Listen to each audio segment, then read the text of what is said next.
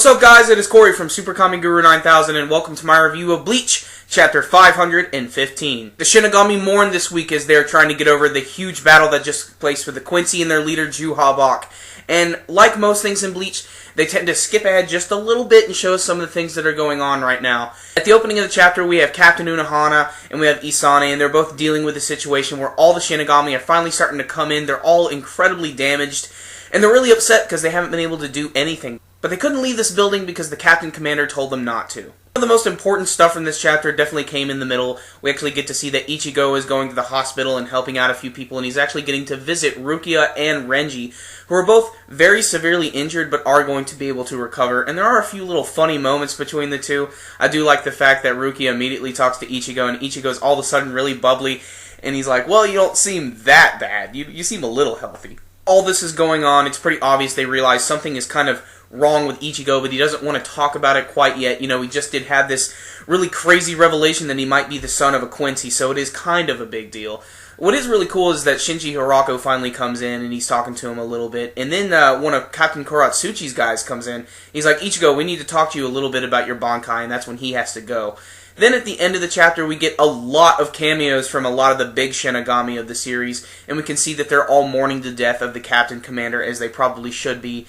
And Soifon is just freaking out, you know. She's being really pissed off about everything, especially because she just heard some really big news about Kenpachi and Byakuya. And I just want to say this. I knew that Kenpachi was going to be alive, and they're saying that both him and Byakuya are in extreme condition. They may not be able to be captains anymore, and they may not even wake up. I'm not sure what to take from this, but there's no freaking way that Kenpachi is out like this. Now, the whole Byakuya situation, I know I'm going to piss some people off with this, but god damn it, can this guy just not die already?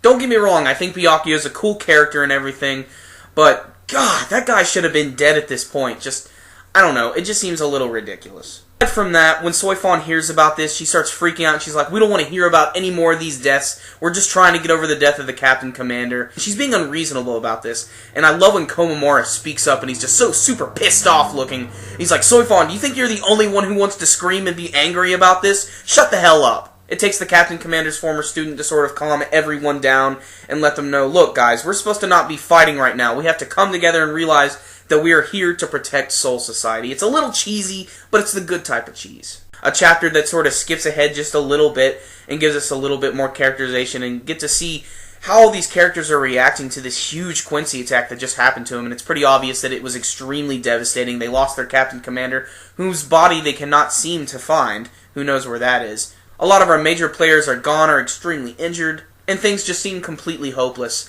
But at the same time, there is a very small amount of hope, and that comes through a lot in Kubo's artwork this week.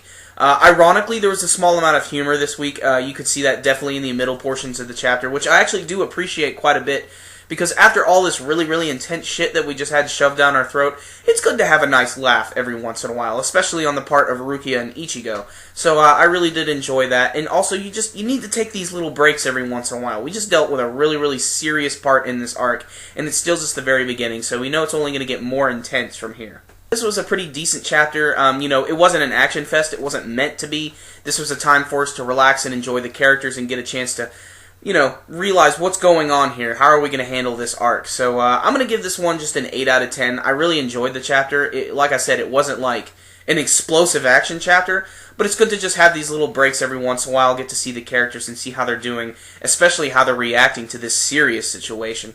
So I enjoyed this one, but how did you guys feel about this week's chapter of Bleach? You can let me know with your comments below. And also, do you think Kenpachi and Byakuya are going to pull a Rock Lee on us and all of a sudden come back more powerful than ever? Please, I'd love to hear your thoughts in the comments below as well. And remember guys, as always, if you liked this video, make sure and give it a thumbs up. It really helps these videos out a lot.